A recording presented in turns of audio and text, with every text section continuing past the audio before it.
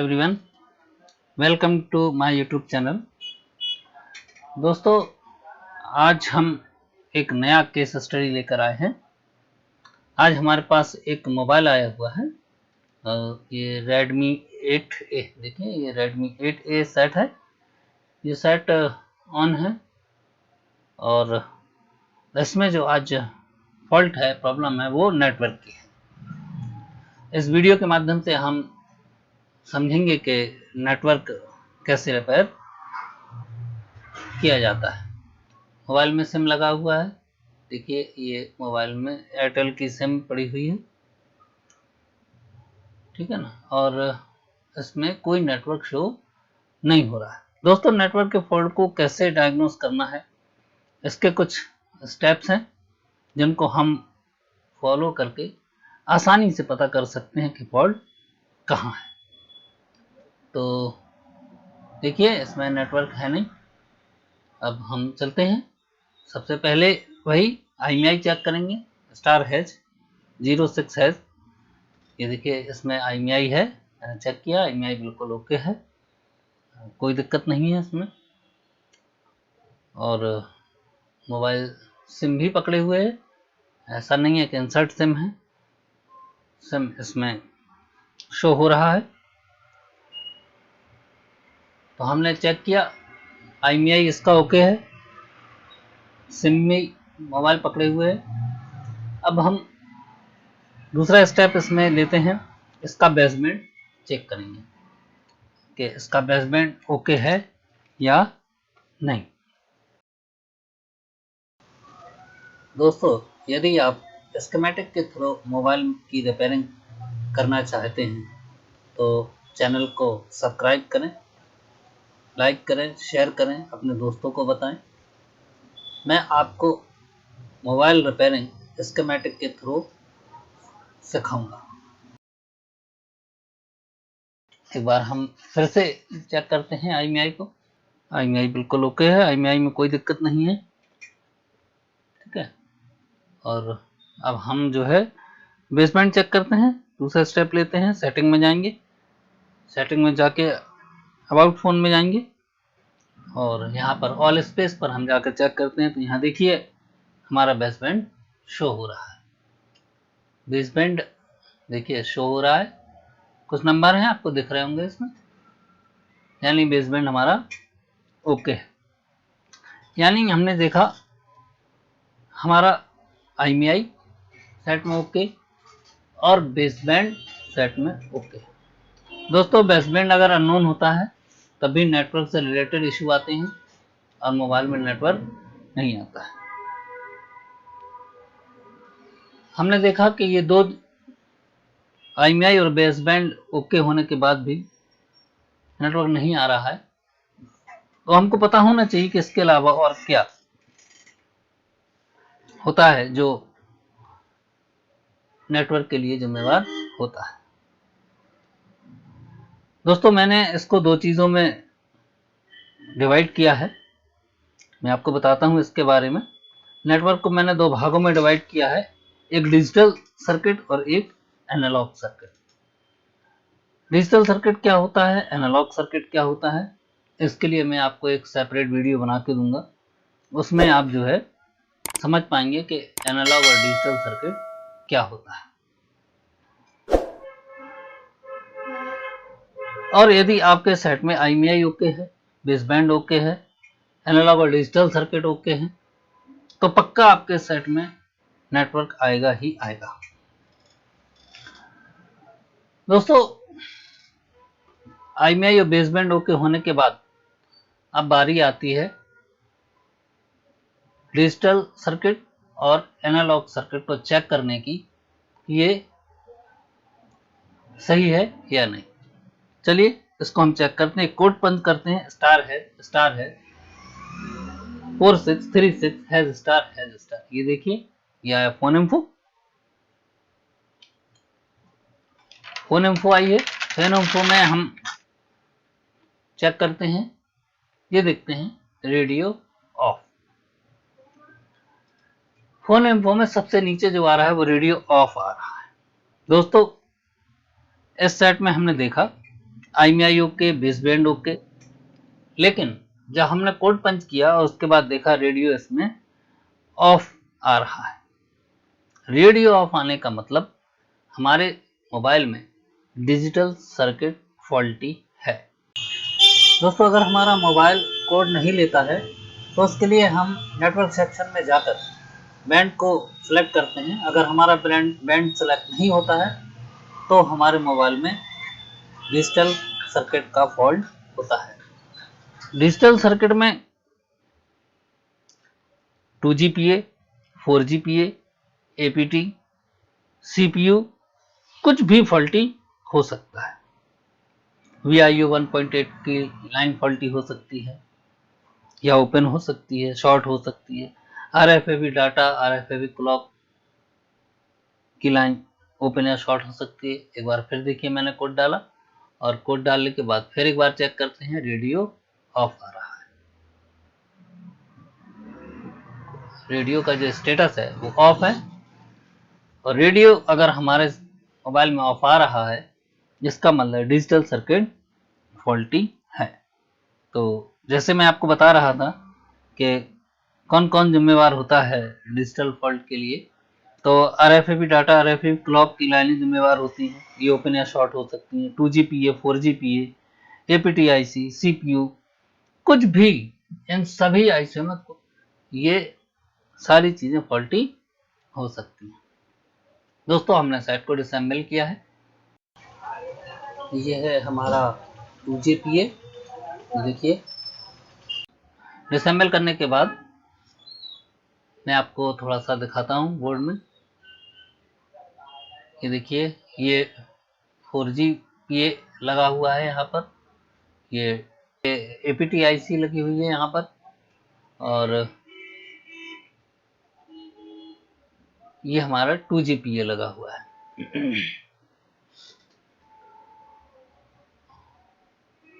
इसमें जो प्रोटोकॉल चलता है वो RFID क्लॉक, RFID डाटा और 1.8 की ये वोल्टेज, ये 2GPA, 4GPA और APT, ये तीनों आईसीयू को ये प्रोटोकॉल फॉलो करना होता है।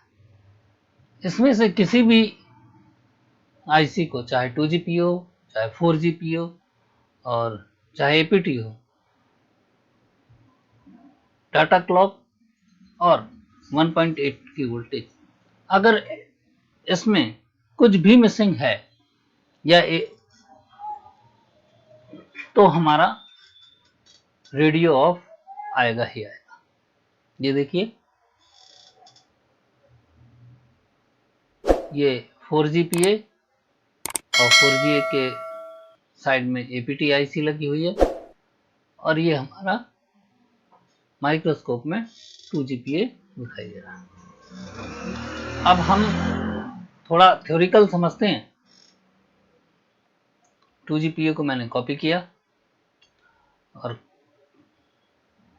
कॉपी करके हम स्कीमेटिक में इसको देखते हैं। ये मैंने पेस्ट किया, ये आ गया। ये देखिए, ये हमारा 2GPA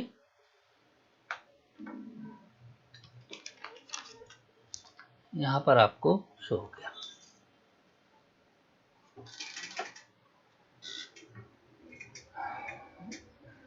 इसमें देखिए, ये S data, S clock, SDA data और VIO। RFID डाटा देखिए, इसमें आगे जो लिखा हुआ है वो RFID डाटा, RFID क्लॉक और VIO में L5 ये 1.8 की ये वोल्टेज, ये देखिए क्लॉक एक रेजिस्टेंस के थ्रू इस PA पर आ रही है और डाटा की लाइन जो है सीधे PFO पर आ रहा है। दोस्तों, ये लाइन हमको चेक करना पड़ती है। ये लाइन का GR वैल्यू लेना पड़ता है, इससे हमको पता चल जाता है कि ये लाइन ओपन है या शॉर्ट है। और VIO 1.8 की वोल्टेज हम चेक कर सकते हैं। हम इसको हॉट टेस्टिंग में भी चेक कर सकते हैं। GR लेने के बाद RFFP लाइन को मैंने क्लिक किया। क्लिक करने के बाद हम आगे चलते हैं। देखिए ये आया U2601, ये IC आई है U2601। हम देखते हैं ये कहाँ पर है, और ये जो है लेआउट में आके हम देखते हैं कि U2601 है कहाँ। देखिए ये 2601,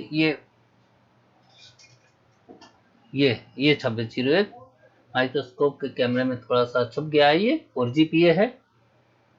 तो RFFP की लाइन 2GPA से 4GPA पर आई, ये देखिए। और उसके बाद 2900 नेक्स्ट जब हमने आगे बढ़ाया इसको, तो ये U2900 देखिए RFFP2 CL के RFFP2 डाटा। तो ये IC है हमारी U2900। यहाँ हम देखते हैं U2900 कौन से, ये देखिए ये 2900 IC है हमारी। ये APT IC है। इन तीनों ICO के अलावा अब हम चेक करते हैं अब ये और लाइन कहाँ जा रही है। देखिए आगे क्लिक किया तो ये हमारा आ गया CPU। यानी ये चारों IC CPU से RFFP डाटा और क्लॉक की लाइन इन चारों ICओ से पैरेलली जुड़ी हुई है। इसमें किसी प्रकार का फॉल्ट आने से, कोई सी भी एक लाइन ओपन होने से या शॉर्ट होने से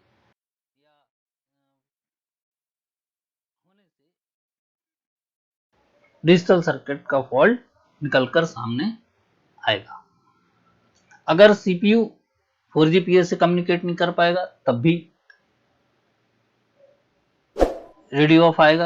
2G से PA से अगर ये कम्युनिकेट नहीं कर पाएगा CPU, तब भी ये फॉल्ट आएगा। और अगर APT से भी कम्युनिकेट नहीं कर पाएगा तब भी रेडियो ऑफ का फॉल्ट आएगा। और यदि CPU के अंदर ड्राई सोल्ड है तब भी रेडियो ऑफ का फॉल्ट आएगा। तो हमने स्कीमेटिक के द्वारा ये समझा कि RFFP डाटा, RFFP क्लॉक, ये दो line APT IC 4GPA 2GPA और CPU से कनेक्टेड रहती है। और इन तीनों ICO को, APT को, 4GPA को और 2GPA को VIO की 1.8 की वोल्टेज मिलना कंपलसरी है। अगर ये वोल्टेज नहीं मिलेगी तब भी हमारे मोबाइल में नेटवर्क का फॉल्ट आएगा और वो भी रेडियो ऑफ आएगा। तो दोस्तों हमने देखा कि हमारे मोबाइल में जो फॉल्ट है वो रेडियो ऑफ का फॉल्ट है। अब हम इसको डायग्नोस करेंगे और देखेंगे कि क्या और कहाँ दिक्कत है। कोई RFFP की लाइन दिक्कत है, या VIO की वोल्टेज में दिक्कत है, या कोई 2G 4G या APT IC शॉर्ट हुई है, या हमारा CPU ड्राई सोल्ड हुआ है। दोस्तों हम पहले कोल्ड टेस्ट करते हैं। कोल्ड टेस्टिंग के लिए मैंने सबसे पहले 2GPA को क्लिक किया है और अब हम देखते हैं क्योंकि 2GPA की आगे हम 2GPA पर आ गए हैं और यहाँ पर हम कोल्ड टेस्टिंग करेंगे। GR लेंगे डाटा क्लॉक और VIO का। डाटा और क्लॉक की लाइन ये तीनों ICO को इंटरकनेक्ट करती हैं। तो सबसे पहले हम यहाँ आते हैं, देखते हैं VIO 1.8 की वोल्टेज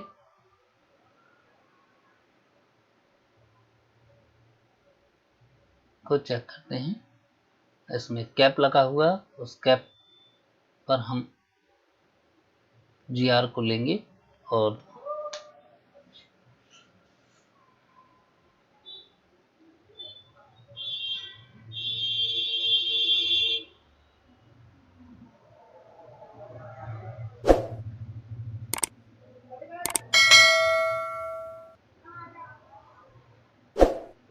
ये देखिए दोस्तों, ये कैप है, ये VIO 1.8 की जो वोल्टेज इस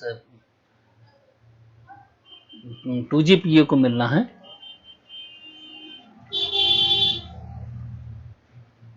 वहां पर हम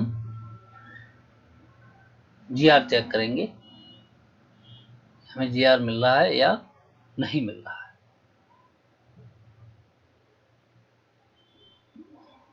उसके लिए मैंने मीटर को ऊपर, मल्टीमीटर को सेट कर रखा है, और अब हम माइक्रोस्कोप में नीचे देखिए, ये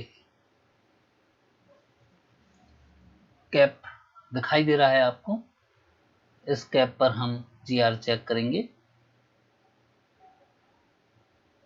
तो देखिए, ये इसका माइनस सिरा है, 0 रीडिंग आ रही है, और ये इसका पॉजिटिव सिरा है जहां पर 167 जो GR है हमको मिल रहा है। ये RFFE, ये देखिए 259.58 GR यहाँ पर मिल रहा है, और RFFE डाटा, और ये है RFFE क्लॉक, यहाँ पर भी हमको 256 का GR मिल रहा है। यानी GR value, RFFE data, RFFE clock और VIO तीनों पर हमको मिल रही है। GR वैल्यू मिलने का मतलब कहीं ना कहीं CPU से रेजिस्टेंस हमको जो है मिल रहा है। ऐसा भी आप सोच सकते हैं कि आपस में एक दूसरे IC का रेजिस्टेंस हमको मिल सकता है, क्योंकि ये पैरेलली कनेक्टेड है। एक बार फिर चेक किया, देखिए VIO की वोल्टेज, VIO पे GR मिल रहा है। ये RFFE की लाइन पे GR चेक किया, रेजिस्टेंस के उस, अगर ये PFO शॉर्ट होता तो यहाँ शॉर्टिंग मिलती हमको, लेकिन ऐसा कुछ नहीं है, रेजिस्टेंस आ रहा है। देखिए 259, और ये डाटा की लाइन है 256। दोस्तों, मैं इस सेट के फॉल्ट को पहले ही डायग्नोस कर चुका हूं। इसमें जो फॉल्ट है बड़ा यूनिक फॉल्ट है, और आज ये फॉल्ट आपके सामने भी कई बार आया होगा। अब हम इसमें चेक करते हैं, ये 2GPA है, अभी हमने GR लिया, सारे GR ओके हैं, किसी GR में कोई प्रॉब्लम नहीं है। RFFE लाइन का GR ओके है, 2GPA पे जो GR लिया है RFFE लाइन पर, वो बिल्कुल ओके है, और 1.8 की जो सप्लाई है वो भी ओके। दोस्तों, इसमें जो फॉल्ट है वो RFFE और डाटा की जो लाइन है वो आपस में शॉर्ट हुई है। और दोस्तों, ये कोई फॉल्ट नहीं है, ये एक मैन्युफैक्चरिंग कुछ ऐसा इसमें है इस बोर्ड में कि ये दोनों लाइनें आपस में शॉर्ट हो जाती हैं। इस लाइन की शॉर्टिंग को हम कैसे निकालेंगे वो हम इसमें आगे देखेंगे। देखिए, मैंने ये चेक किया, RFFE डाटा, RFFE क्लॉक, दोनों पर GR आ रहा है, लेकिन जब मैं डाटा, RFFE डाटा और RFFE क्लॉक दोनों लाइन पर जब लगाता हूं तो देखिए वहां GR आ रहा है 005। आप देख सकते हैं कि RFFE डाटा और RFFE क्लॉक, इन दोनों पर जब मैं लगाता हूं तो शॉर्ट दिखा रहा है और मल्टीमीटर भी दे रहा है।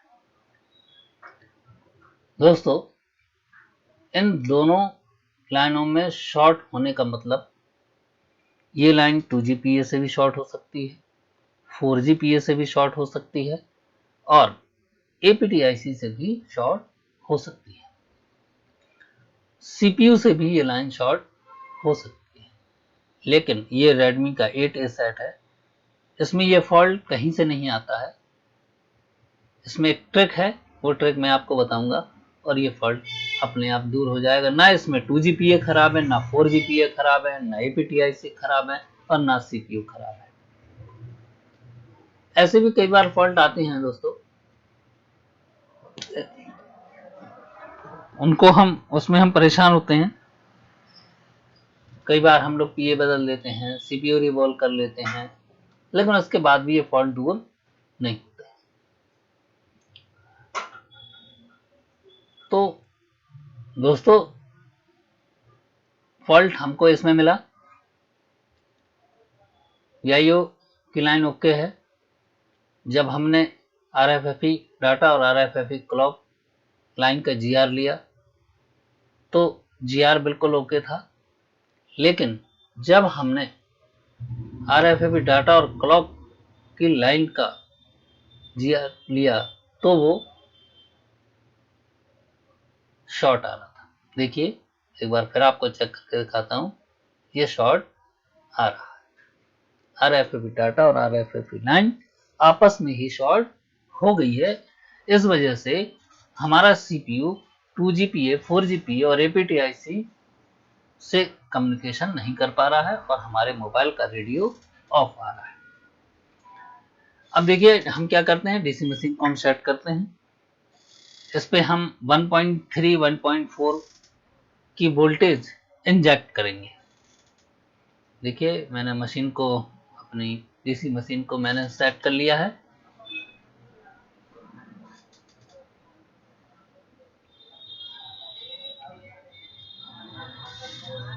और इसके बाद हम RFFE डाटा और RFFE क्लॉक दोनों लाइनों पर ये वोल्टेज देते हैं, क्योंकि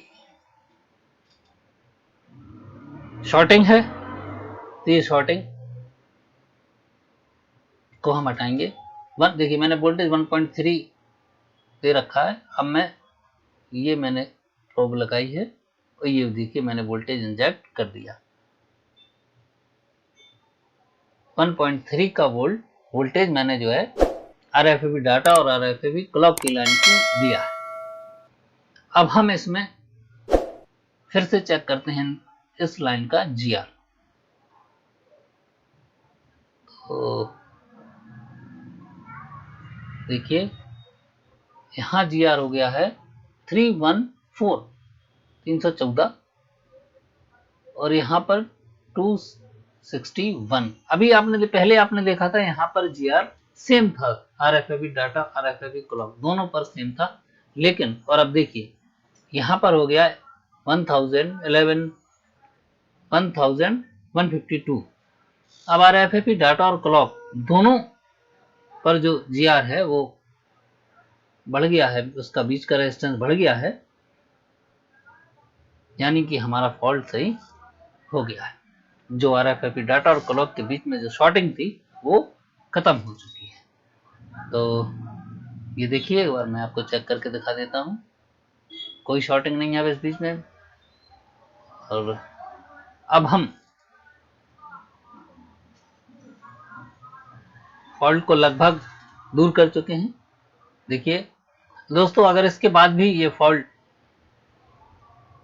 आपको परेशान करता है तो मैं एक ट्रिक आपको और बताऊंगा, जिससे फिर ये फॉल्ट नहीं आएगा।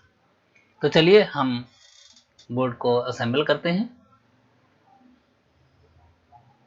मोबाइल पे मैंने इसको असेंबल किया। दोस्तों आज मैंने आपको कुछ समझाने की कोशिश की है। अगर आपको वीडियो अच्छा लगा हो तो आप इसको लाइक कीजिए, शेयर कीजिए और एक प्यारा सा कमेंट कीजिए। मेरा जो भी वीडियो आएगा दोस्तों वो स्कीमेटिक से रिलेटेड आएगा। स्कीमेटिक की नॉलेज मैं आपको देना चाहती हूँ वीडियो के माध्यम से। देखिए मैंने सेट को पैक किया और सेट को ऑन कर दिया। तो आप लोग वीडियो को स्किप बिल्कुल ना करें, वीडियो को पूरा देखें और फॉल्ट को समझने का प्रयास करें। क्योंकि प्रोटोकॉल दोस्तों हर मोबाइल में लगभग मीडियाटेक और कॉलकॉम सेम होता है, इसमें आप कंफ्यूज ना हो। ये देखिए जियो का नेटवर्क हमारा शो हो गया। Thanks for watching. ऐसे ही प्यार बनाए रखिए।